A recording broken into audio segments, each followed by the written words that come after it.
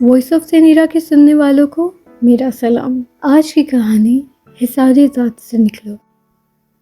وہ آنکھیں کیسی آنکھیں ہیں جنہیں تم اب چاہا کرتے ہو۔ تم کہتے تھے میری آنکھیں اتنی سچی، اتنی اچھی ہیں، اس حسن اور سچائی کے سوا دنیا میں کوئی چیز نہیں۔ کیا اب ان آنکھوں کو دیکھ کر بھی تم فیض کا مصرع پڑھتے ہو؟ کبھی یہ بھی ہوا کسی لمحے میں تم سے روٹھ کے وہ آنکھیں رو دی اور تم نے اپنے ہاتھ سے ان کے آنسو خشک کیے، پھر جھک کر ان کو چوم لیا؟ کیا ان کو بھی؟ وہ ایک بار پھر خود سے بچھڑی ہوئی تھی، ایک بار پھر سے اس پہ آذر کی یادوں کا حملہ تھا۔ وہ بے بسی سے سسک اٹھی۔